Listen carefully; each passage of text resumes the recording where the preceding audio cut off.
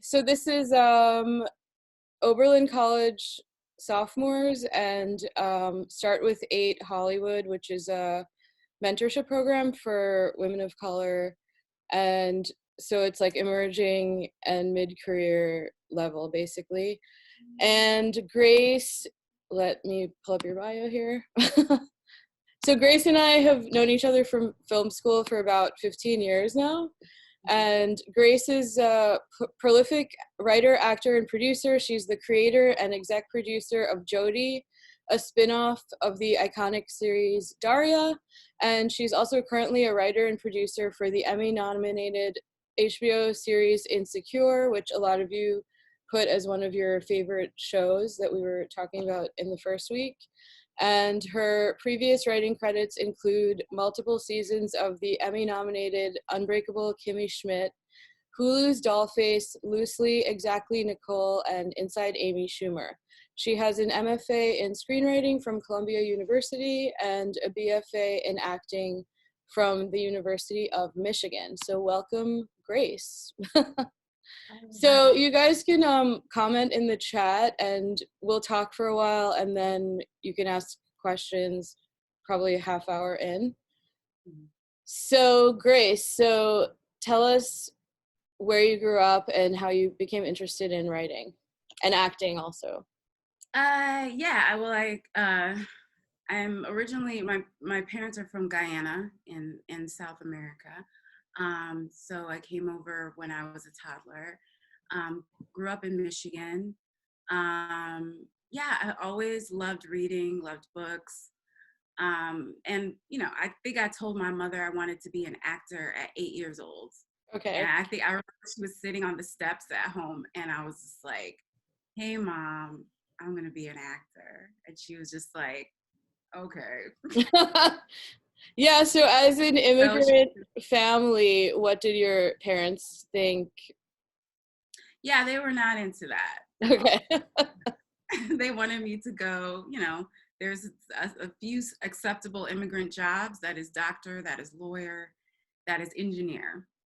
So my parents, the same. So my dad's a professor. He also would have loved if I had gone to get my PhD and become a professor as well, which I did for one semester, and he was the happiest. Oh, right. But we did not, I did not continue in that direction, obviously.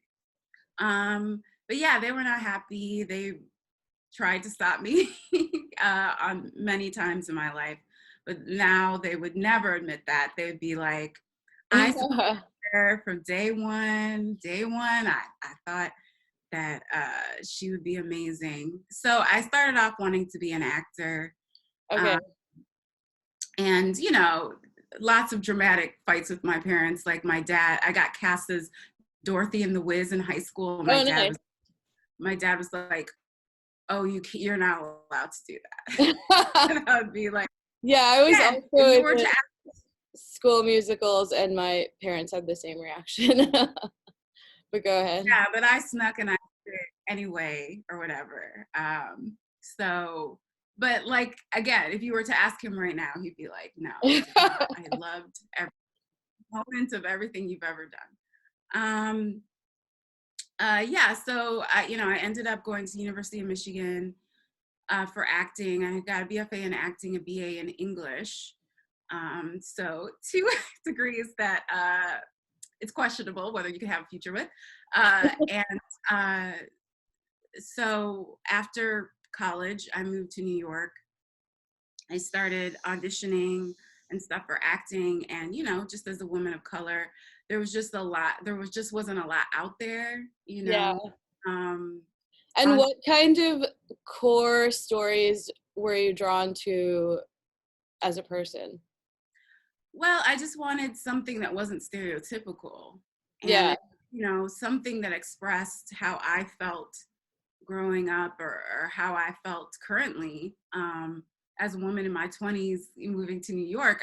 I wanted something that reflected me, but everything that was for people of my race was very stereotypical, Tyler Perry type things, or uh, just very, and there's nothing wrong with Tyler Perry. If Adam Sandler is allowed to exist, Tyler Perry is allowed to exist.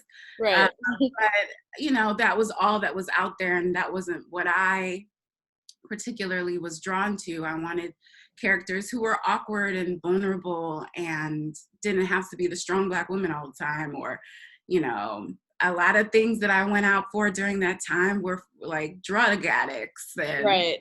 prostitutes. And so I was just like, this is not what I envisioned. I grew up like watching shows like A Different World, and um, Yeah. that was what I made me want to be an actor in the first place, and none of that was out there at the time. So I was just like, let me take a writing class to see if I can develop material for myself as an actor. Yeah. And my first writing class, I took it at the School of Continuing Ed at NYU, Hmm. and which was fine. I mean, the guy who taught it was wild. Frankly, he would take calls from his divorce lawyer at the phone. Oh God. But what I did get from that class was like, oh, okay, I got like beginning structure, and then I met this Asian actress Uh-huh. who we bonded over the fact that there wasn't very much for us, um, out there that we identified with. And she told me about a class that was co-taught by um, the Writers Guild of America East, and Okay. Eddie Pomeranz and Jamal Joseph. Oh yeah. So, through that, Jamal actually encouraged me to apply to Columbia that year. And I did, and I got in. I almost didn't go because it's so Yeah. expensive. I had to take out a ton of loans, and I didn't have any from college. But I was so unhappy working where I was working and doing what I was doing. I was just like, okay, this is at least an exit, a way out of my current situation. So that's Yeah. how I ended up going to Columbia, and that's how I ended up making sort of a switch to from prioritizing acting to prioritizing writing. Okay. Yeah. And then some people are considering film school, so do you think it was worth it with all the loans and everything for you? For me, I think yes, because I didn't even take a film class at all in college. Okay. I didn't know how to do it, um, and I have been fortunate enough to be able to work in the business. Do I regret when I see my loan balance? A lot, yeah, I do sometimes.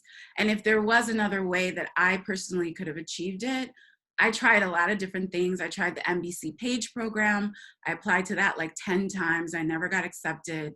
I applied to all these internships and different assistant jobs, and I just never ever got the job. Um, and then when I joined Columbia, as soon as I um, started Columbia, any internship I wanted, they would take me. Any thing I wanted, I could get just from the name of Columbia. Um, Perhaps, if I had known about it, I'm come from immigrant parents. I'm from Michigan.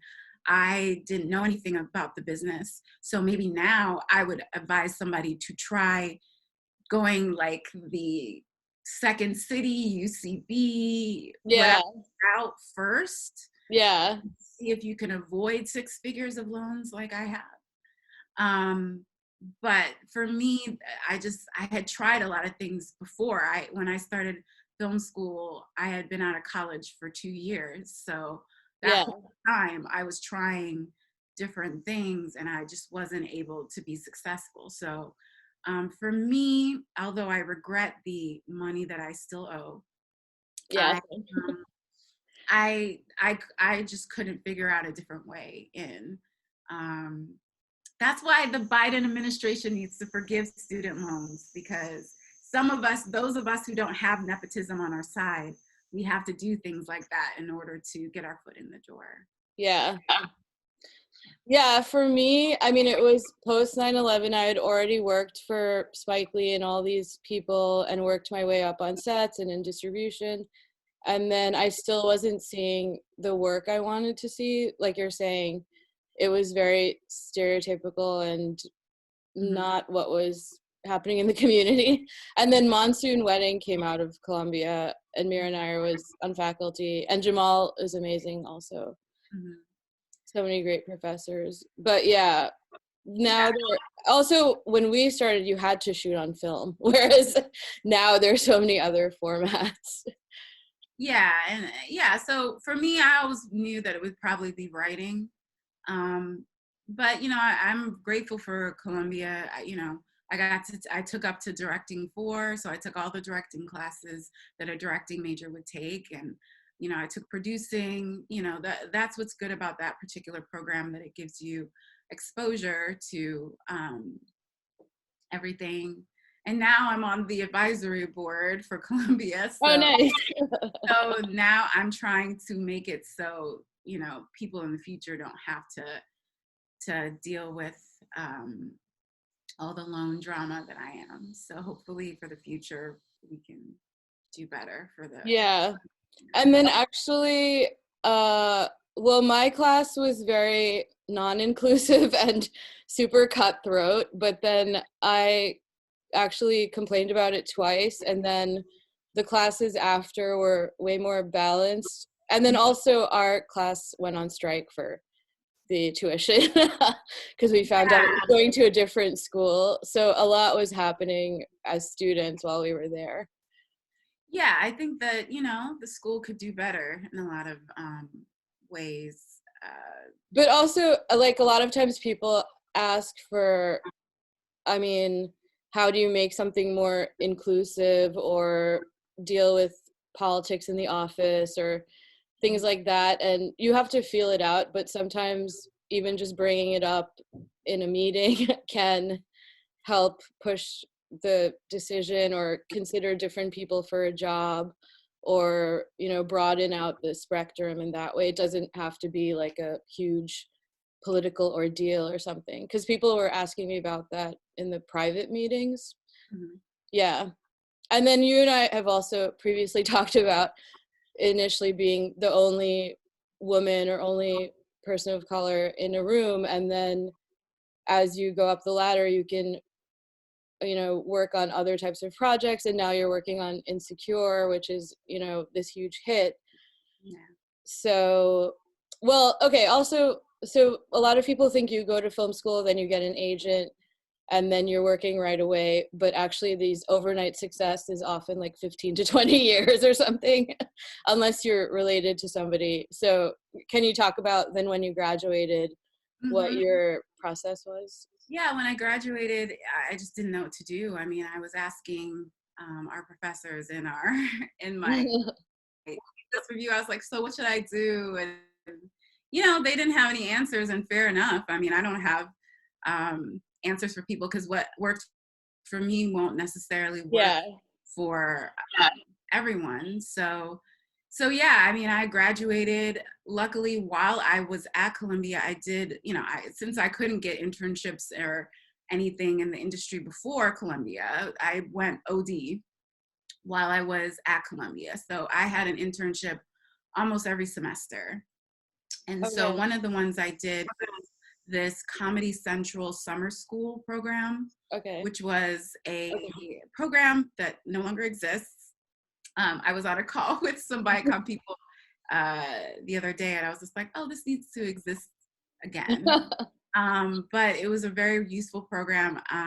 So I did that my last year of school, and it allowed you to spend time at The Daily Show, The Colbert Report. Oh, nice.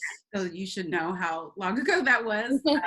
There was still a Colbert Report, and then you got to spend time in development and on off air, all that different stuff. So through that program, I met someone named Dan Powell, who we connected during the internship.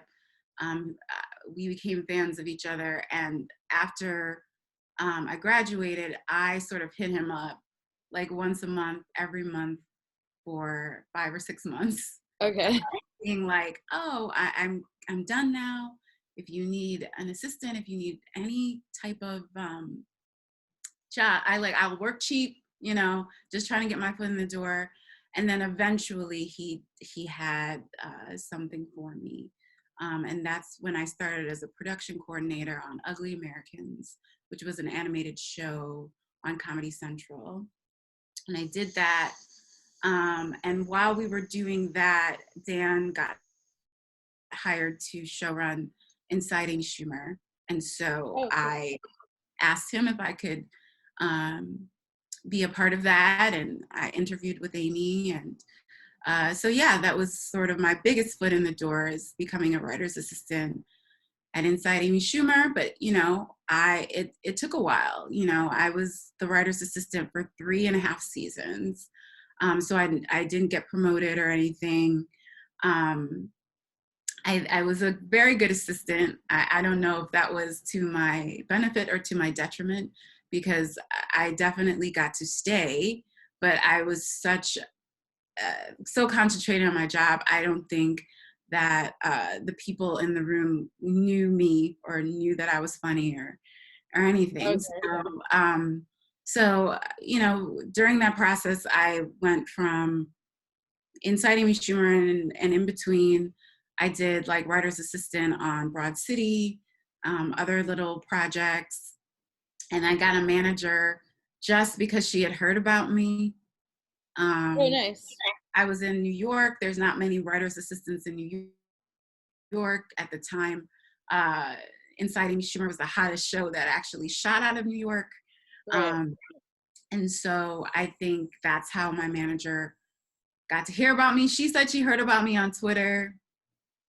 I don't know if I fully believe that. We're still together. Maybe someday she'll tell me, but I was not very active on Twitter. So who knows? She could have found me on Twitter, like she said, or just heard about me because I was one of the very, very few writer's assistants working on a show in New York City. So And she, then craft wise, what's the difference between writing for animation or sketch comedy and then now more of comedy or dramedy, I guess?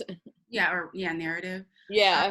Well, yeah, I mean, for animation, it's just a different process. You use different programs. Like you write and then you have to give the script to create animatics or whatever. You have to like give it to the animation studio, create animatics. And then the last thing you kind of do is a lip flap or whatever, because things have to be locked in. Like you can Yeah. you can change certain things, but like if they've already drawn up like your backgrounds for that episode, it's hard to get them to go. It costs a lot of money to go Right. back and get them to change a lot of things. But you can change things within scenes because the lip flap is what they do the last. Or Okay. you can make changes up until the lip flap is locked. So it's just a longer process, and things have to be locked in sooner, because when you have physical production, definitely you have to lock things in at a certain point. But Yeah. I've been in rooms where like the night before, like they're like, oh, we don't need that location anymore. We'll have to push this and we'll shoot it at this other location. So you can make changes later. The difference is, in animation, there's just things that you can do that you can't necessarily do in physical production. Hmm. Like you can make someone fly. Yes, you can do it in physical production, but that's just gonna cost crazy, ness, CGI and all that different stuff. Whereas animation, you can basically do whatever you want, create whatever world you want.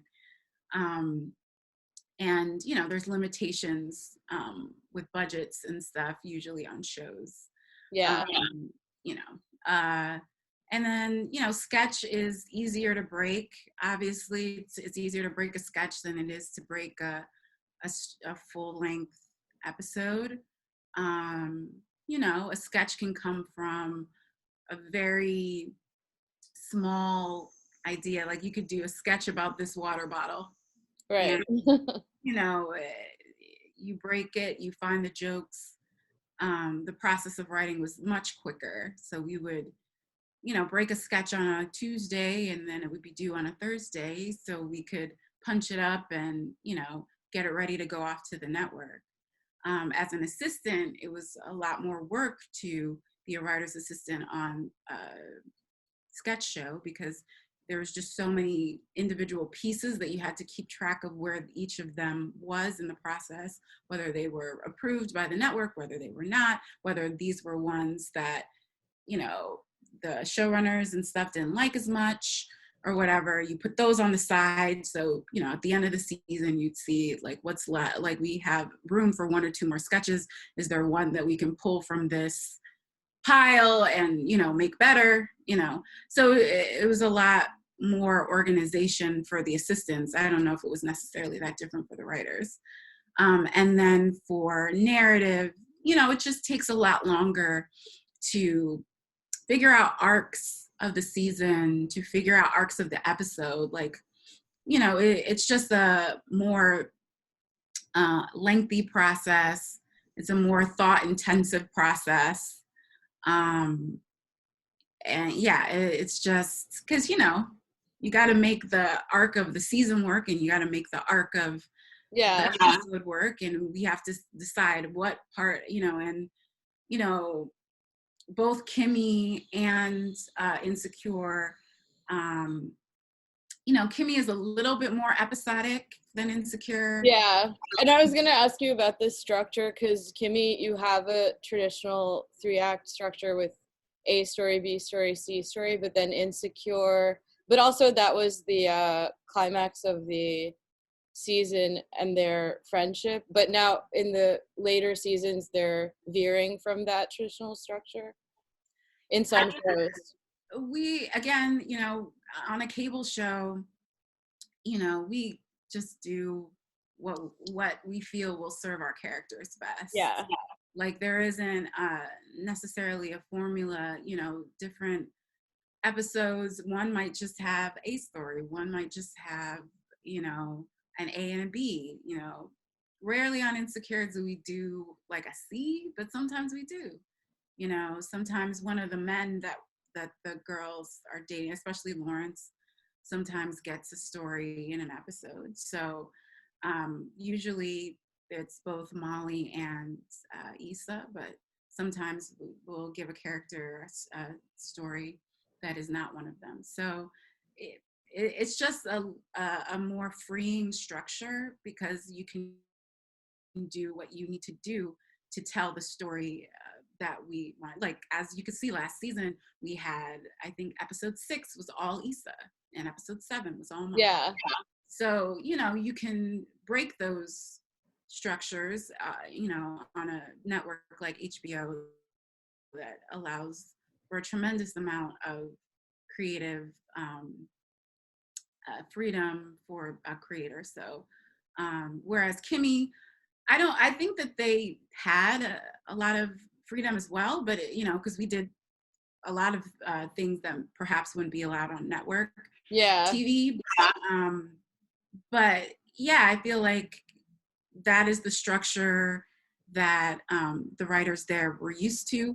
And I think it worked for our show because, Kimmy is very joke heavy, very, it feels like it has a network or a more traditional structure. But yeah, I think that it worked well for our show, but we also broke from that. Like when we did the Sliding Doors episode, was, different than anything we ever did. So, and then talk about, because Kimmy has such a distinct voice and then Insecure has such a distinct voice. So can you talk about mixing your personal voice and then also for people who are writing samples, like what they can think about in that process? Yeah, well, my personal voice is to serve the showrunner's voice. So that's the thing that people should understand about being in a room. And this is the reason why I think it's important to learn how to write specs, episodes of existing television, which is what I did when I was at Columbia. I took Alan Kingsburg. Oh, Alan good Kingsburg. Why class. can't I talk this morning? Alan Kingsburg's class. I still talk to him. He's amazing. So I took it 3 times. And I realized at the time that was great because that's basically what you're doing on a show. So yes, I'm adding my voice, my flavor to the room, but at the end of the day, I have to work to give Tina Fey what she wants, to sort of meld my voice into her voice. So the show has a unified voice, and the same thing with Insecure. I personally, my particular voice is sort of in the middle. Like I am not as subtle as Insecure as far as my personal writing style, but I'm not as heightened as Kimmy. So I'm somewhere in the middle. So I think my writing sample is somewhere in the middle. So that was just my thing. So for me, when I was creating my writing sample, I listened to my manager, who's great. So she told me, like, I had originally written something that was more at the time, you know, my favorite show at the time was Louis. Mm-hmm. Now we have learned things. Right. um, you know, I was emulating that. So I wrote something that was would be my Louis. But my manager spoke to me and she's like, well, listen, write something that's more joke heavy, more of an ensemble cast, so they could see that you could write in different voices and that you could be Yeah. and write jokes. So that sample has been successful for me because I took that advice. And that's really important, writing these different distinct voices for each character so you can run all these different situations and conflicts through 5 seasons or whatever, right? Yeah, I think so. I think that when showrunners are looking for writers, they're looking for someone that, oh, I can see in their writing that they should be able to capture my voice, and they have a little extra sauce that maybe I don't have that can contribute something different to the room. So, you know, in Kimmy, I had just, I mean, not just come out of Columbia, but, you know, I had come out of Columbia where I had learned very heavily about story. So Yeah. I think in the Kimmy room, I contributed a lot in that aspect, like helping to think through like story arcs and stuff. And for Insecure, you know, I still have that skill, but I also think that I came from Kimmy, so I know how to write jokes. You know, I did 2 seasons there with some of the best joke writers in the business, uh, including Meredith Scardino, who has a show coming out called Girls 5 Ever, that you guys should check out because she's literally one of the best joke writers I've ever worked with ever. So I'm sure her show is going to be hilarious. So now on Insecure, I end up pitching a lot of jokes because I learned how to do that. So yeah, you just find what your strengths are, and be honest about that and lean into those strengths, and also figure out what do you want to improve. Because when I was on Kimmy, I was, you know, good with story, but I was not as good at jokes. So I made a commitment to trying to get better at it. And, you know, through over 2 seasons, I did get better at it. And I didn't even realize it until I worked on Dollface, which is another show. So, so yeah, it's just figuring out what you're good at and leaning into that thing. And then you've also been pitching your own project, and now how did this new project come about? Jody? Yeah. Well, that one was, you know, it happened a while ago. And then the pandemic hit. Well, I mean, people don't know that I've been working on Jody since 2017. Yeah. So how it happened is that, MTV was looking for somebody to do a Daria reboot. And so I came in and I gave my take, and they liked my take. And so they hired me. Oh, nice. So it went from a Daria reboot, to me sort of really pushing for it to be a spin-off of Jodie, that one character. Um, and luckily I was able to make that happen. So it's called Jodie, and it's a spin-off of Daria. Um, and so we're focusing on that character now. So yeah, it's been a long process, but it continues to move along. Tracy Ellis Ross came on in 2019, and she's been an incredible partner thus far. She's not going to only play Jodie, but she is an executive producer, and she's very involved and hands-on, which has been amazing. So we continue to march forward with that project, and we hope to have it out soon. And then what kind of materials do you bring into your pitch meetings for a show like that? Well, for that one, I had a whole team to help because it was already attached to a studio. So we created a deck. We did character designs. Tracy did a video that I took along with me on the pitch. And yeah, I practiced my pitch a ton. And then you just go in there, you show them your deck, you play your video of your star, and tell them to the best of your ability what the show is and what it would be. So yeah, it's like a whole process of creating visuals, along with making sure that you are communicating the tone and the theme and the characters and the arcs that you would have for the different seasons. Just creating a Bible, and but don't give them the whole Bible. Just try to make it 10 to 15 minute 10 to 15 minutes of telling them what the show is about. And then with this show like Insecure that has such a huge fan base, so the episode you wrote, it's kind of heartbreaking because Molly and Issa break up, kind of. So do you take the fans into consideration, or do you just, how does that process work for the season arc? And then also you went into some other issues like mental health from a different perspective. So can you talk about those things? And then I think we can open it up in a few minutes if people have questions. Yeah, I mean, we don't, we love our fans, we respect them, but we can't make decisions based on it. Well, first of all, like, we've written it usually a year before it comes out, so Right. it's impossible to really write to that. And in subsequent seasons, we're not going to go back to Twitter and see what everyone's thinking.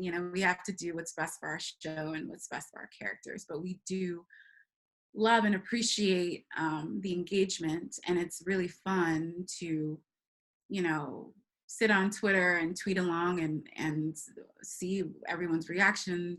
And we love that some people are so loving and engaged. It's moving, this show that gives so many people joy. I think that really speaks to the experience of a young woman trying to figure out who she is and how to level up in life. I think it speaks to all women, all people. I think it speaks, very specifically to Black women who are not used to seeing themselves in that light. I think Insecure is very unique in the way that it shows Black female vulnerability, and just beautiful Black people loving each other and working and trying to figure out life. So so it's moving to see people acknowledge that, and we work very hard. But yeah, we can't take into account what the fans think, but we love them. And what was the other question? Oh yeah, Something you about mental were health? yeah, the mental health uh where the boyfriend, I've forgotten his name. It's brought up like a date, like he's explaining why he disappeared. Yeah, so Nathan, yeah. Oh yeah, yeah. Nathan. So it was important for us to do justice to a story. You know, Black men are often not talked about as having mental health. Well, I mean, we're just not, it's just not something that is discussed, Black male mental health or Black female mental health for that matter. So we were really wanting to get it right. We didn't want it to be, you know, after school specially, you know, where Yeah. Nate deals with depression, but like we wanted to broach the subject also with postpartum depression with Tiffany's arc, Yeah. season 4, you know, so we got people to come in to speak to us about it. Yeah. And we really tried to make it realistic and grounded and not feel too preachy or after school special, and hopefully we achieved that. All right, so thanks. And does anyone else have questions? You can raise your hand if you do. Well, we had some people wrote in questions, so let me see here. I saw Carla had her hand raised. Oh, I Carla. did. Here, sorry, I thought you meant raise your hand in the video, but I think you meant raise your hand on Zoom. Yeah. I can go, yeah. Yeah, but go ahead. also, Oh, we can't hear you. I can't hear. can you hear me? I can Now hear I you. can hear you. And not again. Okay, sorry about that. Yes, okay. Yes, Yeah. okay, great. Yeah, Sorry. Don't Okay. get into an accident. First off, I just wanted to say thank you, Grace, for coming and chatting with us. Like, it's really cool to hear from you. My question was about creative practice and inspiration. So what do you find helps you keep inspiration and like a helpful creative practice? I know, especially like if you're working on the same show for a while, it can be hard to like keep things fresh. So like what things or what practices do you find help you? That's a great question. When I was starting out, I feel like I did The Artist's Way like once a year. Oh, yeah. Because that is a great book to sort of get your process started. I also have read like The Creative Habit, Twyla Tharp's book, stuff like that to like formalize it. But you know, at this point, I'm too old and tired to do that anymore. But what I do mainly is just have experiences. And then as you get further along in your career, you are better able to mine those experiences for comedy. Like at one point, like when we could still go outside, my friend was like doing this matchmaking service, right? And she told me about it. And I was just like, oh, well, I am single, number one. And number two, this will be something that will give me stories. So sometimes I just do things to give me stories. I try to be pretty social. Again, we could go outside to go to parties and events and stuff like that, even when I don't feel like it, because it's sort of like you have to have experiences to keep feeding your creative well. I also, when I lived in New York, you know, has great theater. So I would go see theater. I would go to museums. I would go consume other forms of art. I read books, I read articles. You know, I have a subscription to New York Times and the LA Times and the New Yorker magazine, and just reading about things as you become, you know, further along in your artistic process.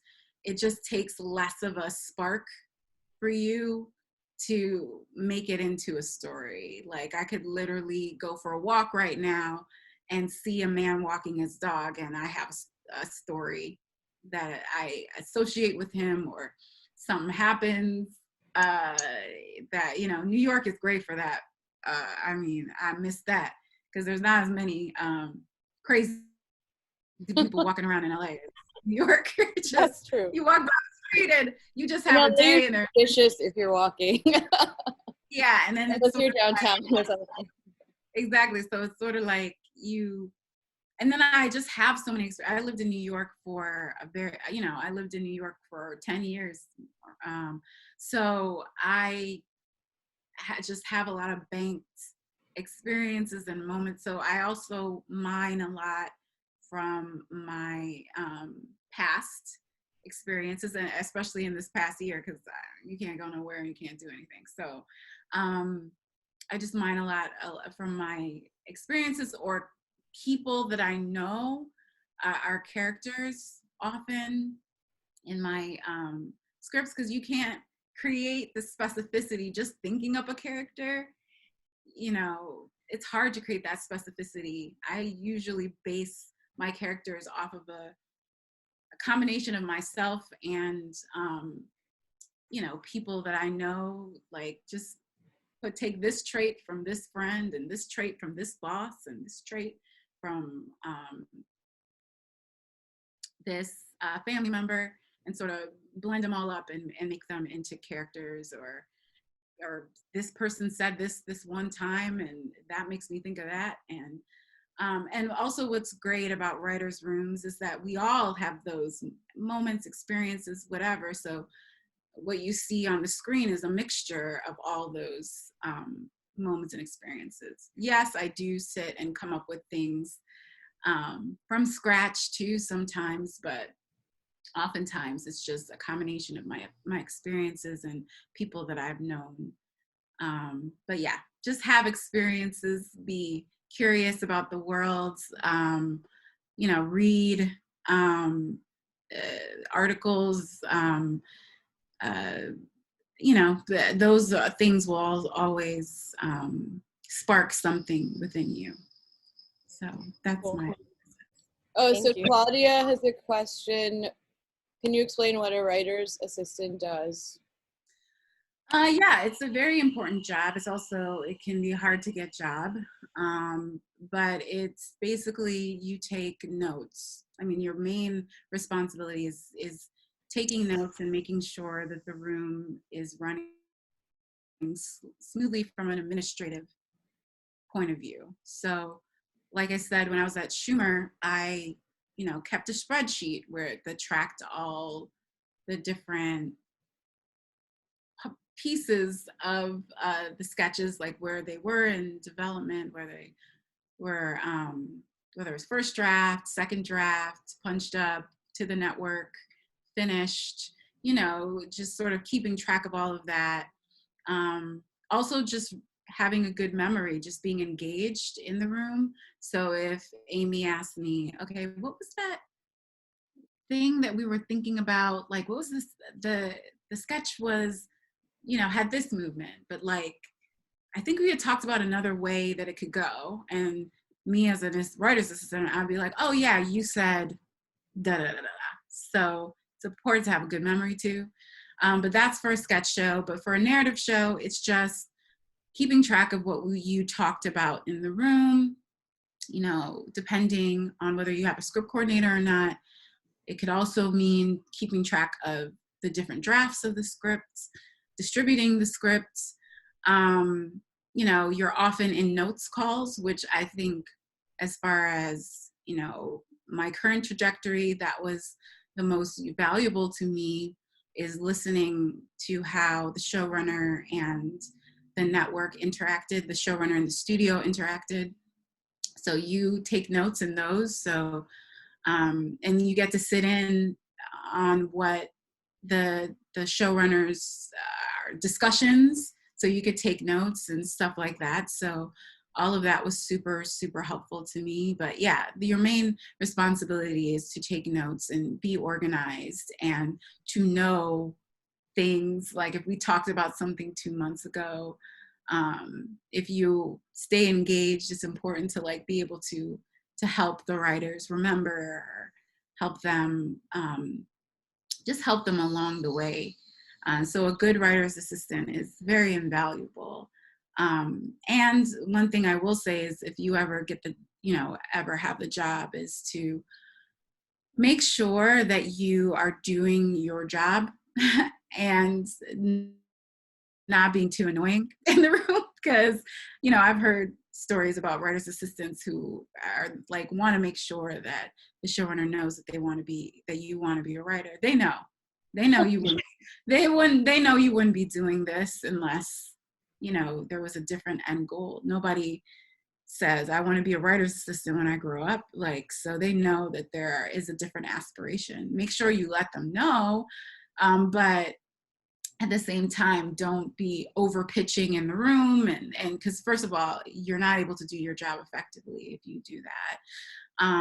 And because you have to listen, not necessarily be thinking at the same time, and recording.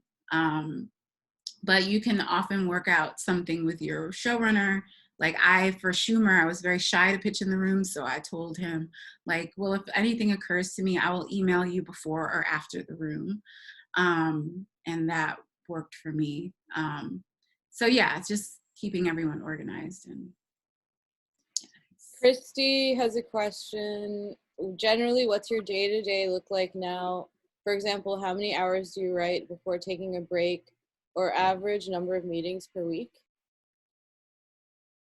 Well, good question. I right now I am done with Insecure, kind of. The room is over, but I'm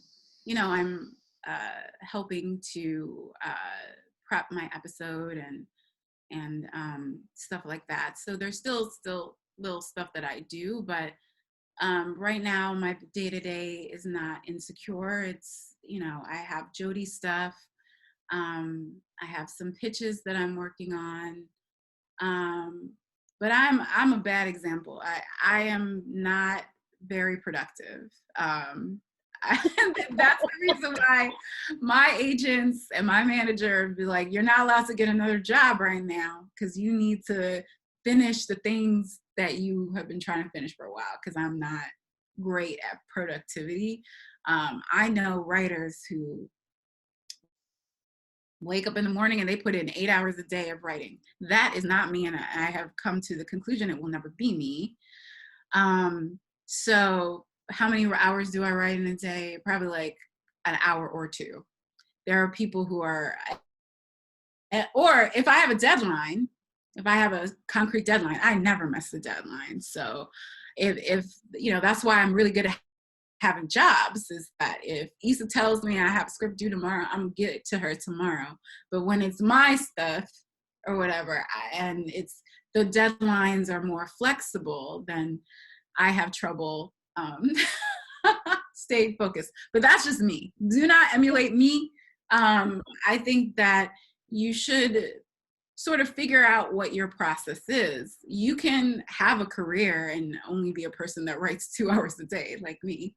But it's possible. But I would, if I were y'all, I would strive to do better. Probably 3 or 4 hours a day, I think, is enough. I really don't think that, I think you get burnt out if you're writing from morning till night, and it doesn't necessarily ever improve anything. It's just, that as a writer, like, you get ideas in the shower, you get ideas walking down the street, you get ideas whatever, and sometimes you can't control when those come. So when those ideas come, I always make sure I record them in my notes app, or if I am near a piece of paper, I'll write it down, because they will fly away. Or I wake up with an idea, I make sure I record it. And I'm always thinking about my scripts. throughout the day. But as far as like sit down in front of a computer, tippity type, I would say for me an hour or two a day. Okay, Cassidy, do you want to ask your question yourself, Yeah, sure. you guys? So the question I had is, do you have a specific process you go through before jumping on a show to ensure that your writing fits the voice of that show? Because like for Insecure, you have like one type of writing, and then you go to Kimmy Schmidt, and it's like totally different. So I was just wondering, like, if there's a specific process you go through. Yeah, really good question. Yes. So when you have a show that is, you're joining a show that's not new, which is what I did on both Kimmy and on Insecure, then you literally watch it obsessively. So before Insecure, I made sure I rewatched all the seasons up until that point, which at that point it was 3 seasons. So I watched the pilot several times first, because the pilot is where you get a lot of the clues. And then I watched the 3 seasons all the way through probably 2 or 3 times. And then they will also give you scripts, often times like right when you start. So access to the category, the scripts, you can ask the writer's assistant a lot of times, can I see what an outline looks like? Can I see what a script looks like? Just so you know, like formatting and how they do things, like, because, some people's outlines are really detailed and some people are lighter with their outlines. So when it comes time for your outline, you know already. And then also the first week for me, usually on a new show, especially if I'm melding myself in, I don't talk very much. So the first week, I'm more observing to see how the room runs, to see like, oh, okay, like, is it a room where it's like the upper levels talk more? Is it a room where it's like everyone's encouraged to talk? Like, what is the vibe? What is the feel of this room? So I'm not trying to be like a red light or whatever. I'm trying to merge into traffic with the rest of my writers that have been working on it for a long time. And for a new show, you don't have very much to go on. So you usually have the pilot that the creator has written beforehand. So I will read that pilot 3 or 4 times, make notes, and just have ideas for like where the show could go potentially. But yeah, you should prepare very heavily and just try to like get the characters' voices in your head, because the way Issa speaks is different than the way Molly speaks, is different than the way Kelly speaks. So just getting to know what those speech patterns are and trying to get them in yourself. But yeah. So that's our 1 hour. If anyone, do you have to go, or does anyone have one last question? Oh, so what if someone's writing a pilot? What do you think are some successful tips for writing a pilot? Because a lot of people are writing their own pilots right now. Well, I think it's important for it to be, it's a hard balance to find, but it's important to be both relatable and specific. So my pilot that got me everything, I wrote it about when I worked at the Office of Disability Services at Columbia. Very specific world. And then I had things to say about it, like, my thesis was that, disabled people are treated with kid gloves, and what you think is a disability is not necessarily what it is, that people with disabilities have great strengths and power and are funny. And so, these are things that I learned when I was working there. And so, because I didn't really know anything about disability, no one in my family is disabled, or so when I started working there as a graduate assistant, I just learned about this whole other world. I learned that perhaps, one of my family members should have had accommodations and stuff that we just didn't know as immigrants and Black people, frankly, about these things. So, yeah, I wanted to I had you create a specific world, have something to say about that world, write jokes to that. I'm talking specifically about comedy, obviously, and create characters that are unique, but at the same time are dealing with relatable things. So, like in my first pilot, there was a girl that I brought in that was new to the job who didn't know anything about disabilities. So, she was almost the voice of the audience. And in correcting her ignorance, we are correcting other people's ignorance. And, then I also had a character who she was into the disability services, but she had a crush on a boy and she couldn't focus around him or whatever, even though she was a very specific character as a head of a disability services organization. She also had a very relatable issue, which was everybody has had a crush on somebody and has been unable to act normal around them. So it's a combination of specificity and relatability and just beating that writing into the ground. To me, if you have a good world and you have a good feeling about it, don't write something else. Like, nobody gives you points for having 5 pilots. They give you points for having 1 great pilot. That's what you need. So I would figure out how to make the 1 pilot that you have as good as possible and spend your energy there. But if the world is not specific or you keep getting feedback that this is not good or whatever, then obviously write something else at that point. But if you should exhaust yourself making the thing that you have as good as possible rather than just writing a ton of pilots, because that's a mistake I made early in my career. I was just like, oh, I don't like this one. Let me write something else. When it's better to just drill down on what you already have, because if you have 1 good pilot, trust me, that's enough to get you staffed.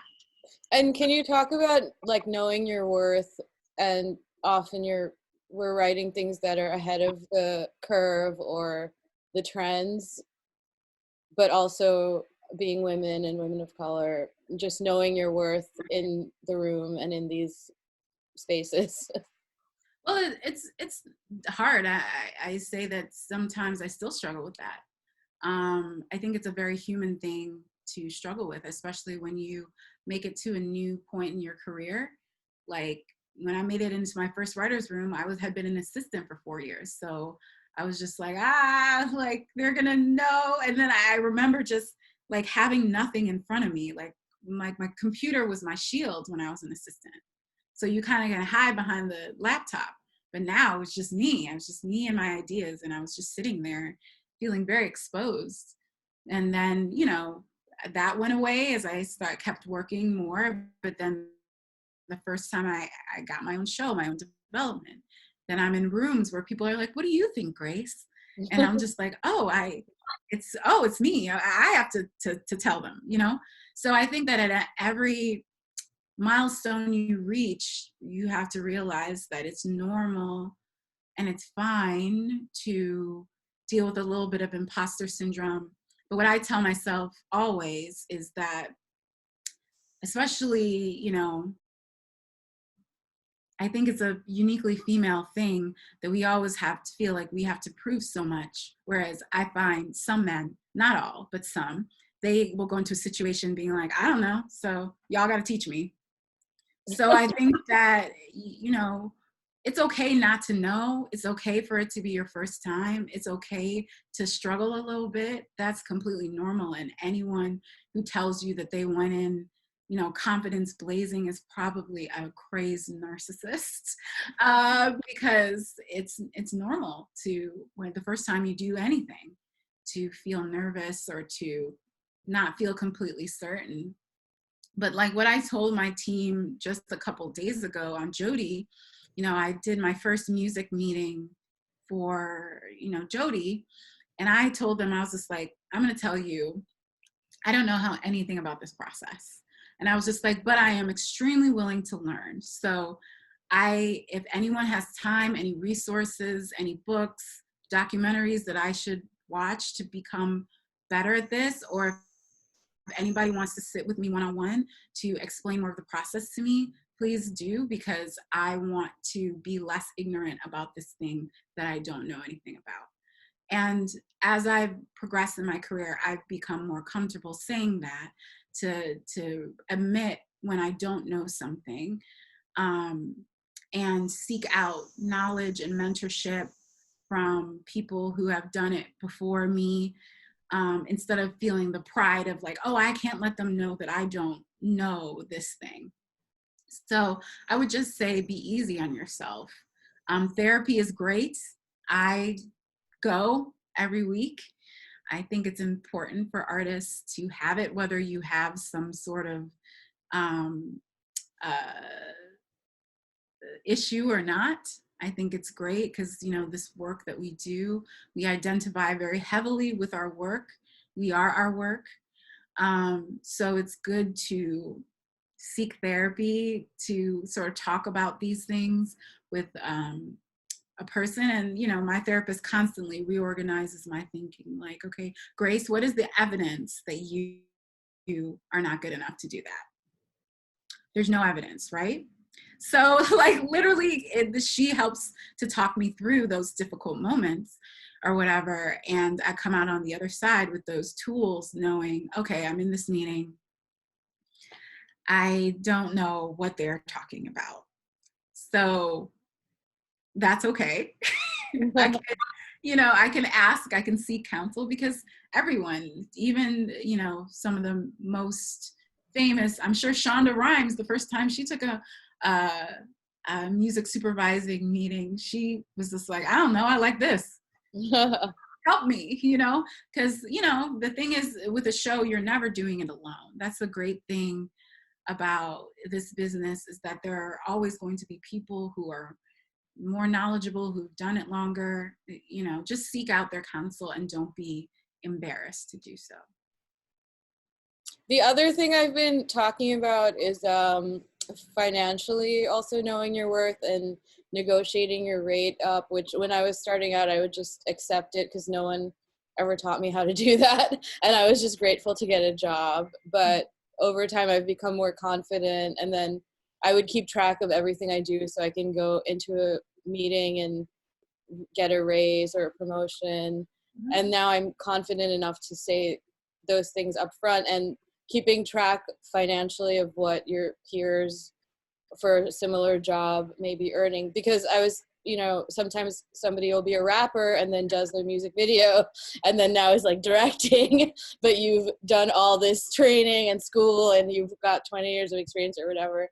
So just also financially knowing your worth and how to have those conversations and not be embarrassed about it or feel like you're going to lose a job because of that. Yeah, which, well, maybe your manager does for you, I don't know, but can you talk about that also?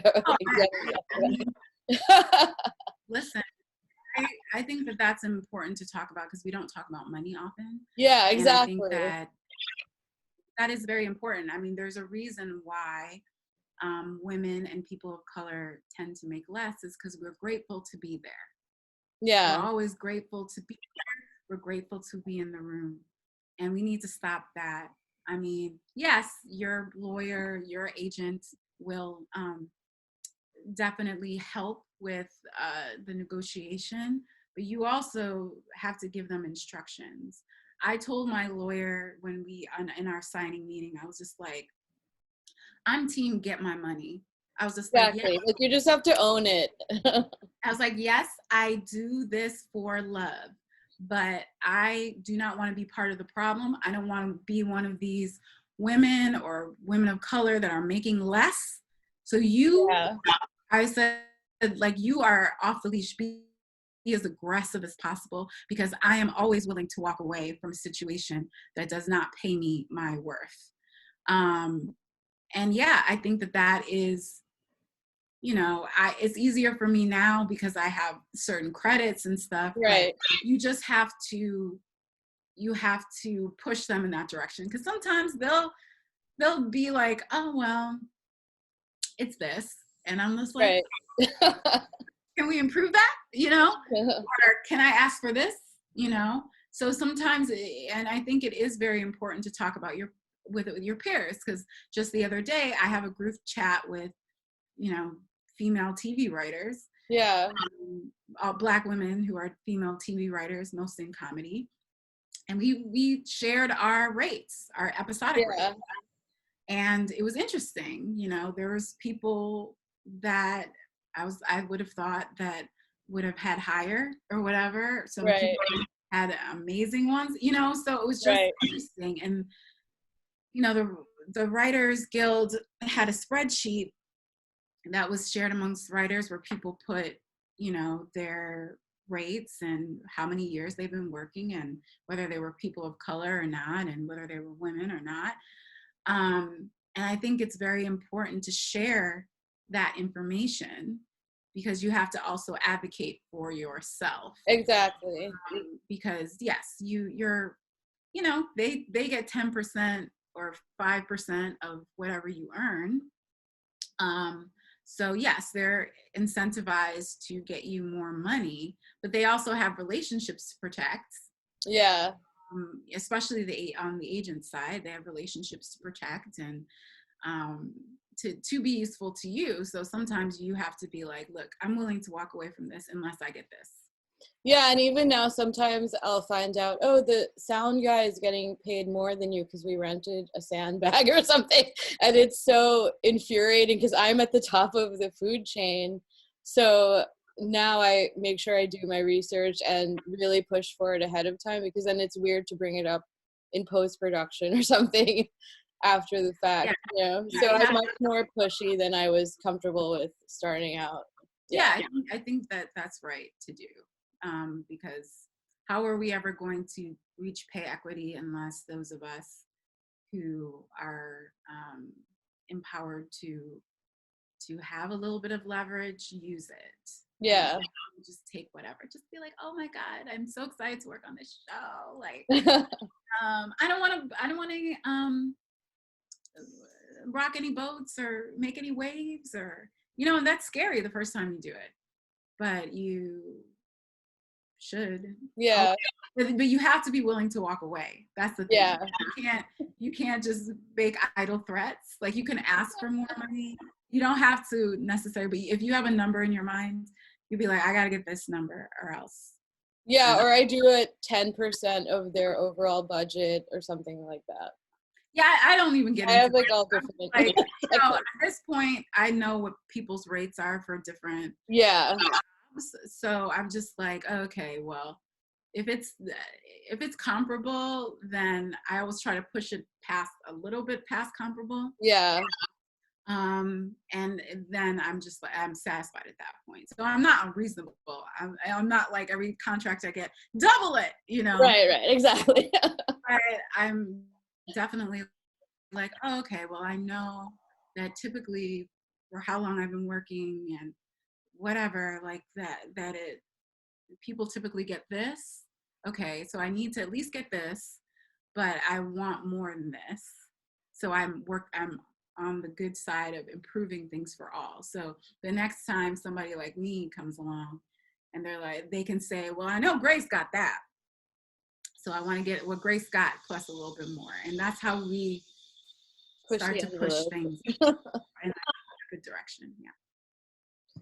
All right, so we talked about a lot of different things. And any final words or words of wisdom? Yeah, well, you guys, just keep it going. I mean, that's the thing that you need the most in this business is persistence and passion. And if you have those two things, then I believe that you can get where you want to go. It's just you have to stick with it. you know, it'll be tough sometimes. Trust me. I didn't start working full time as a writer until 5 years after film school. So, you know, and during those whole 5 years, I was an assistant. I had a graduate degree from Columbia, but I was picking up lunches and, you know, cleaning up the table at the end of the day. And sometimes that made me feel kind of dark inside, because I'm just like, wow, I have all these loans. I've done all this stuff, and I don't have what I want yet. You know, but sometimes it takes a while, especially if you don't have that nepotism, connections or whatever within the business. You know, so just be encouraged, network, that's important, and write. And also, the last thing I'll say, the last bit of advice is that once you guys leave this class and are no longer in school, then, you know, it's very important to have a writer's group so that you continue to get feedback, so you're not just judging your work based on what the studio or the network says or whatever, your individual work. Obviously, if you're on a show, you have to pay attention to what the show order says, and that they're the final word. But for your individual work, it's important to have a writer's group so that you, people whose work you respect, so that you can continue to get feedback. I still have a writer's group. In fact, we talked about Jody. I gave them the Jody outline, you know, a couple months back to look at and give me feedback before I turned it into the network. So even once you are working, it's important to still get feedback from writers, because executives are not writers often. So they can tell you what's wrong, but they can't necessarily help you fix it. That is, yeah, so that's my advice. Persistence, you know, write all the time, writers group, network where you can. All right, so thanks very much. We appreciate you. Lovely to meet all of you. I wish you all the best. And I may be in LA in April for a job, so I'll let you know. Oh, awesome. Great. Well, hopefully we can be outside. Yeah, I know. All right, bye everybody. Talk to you later. Yeah. Thank you.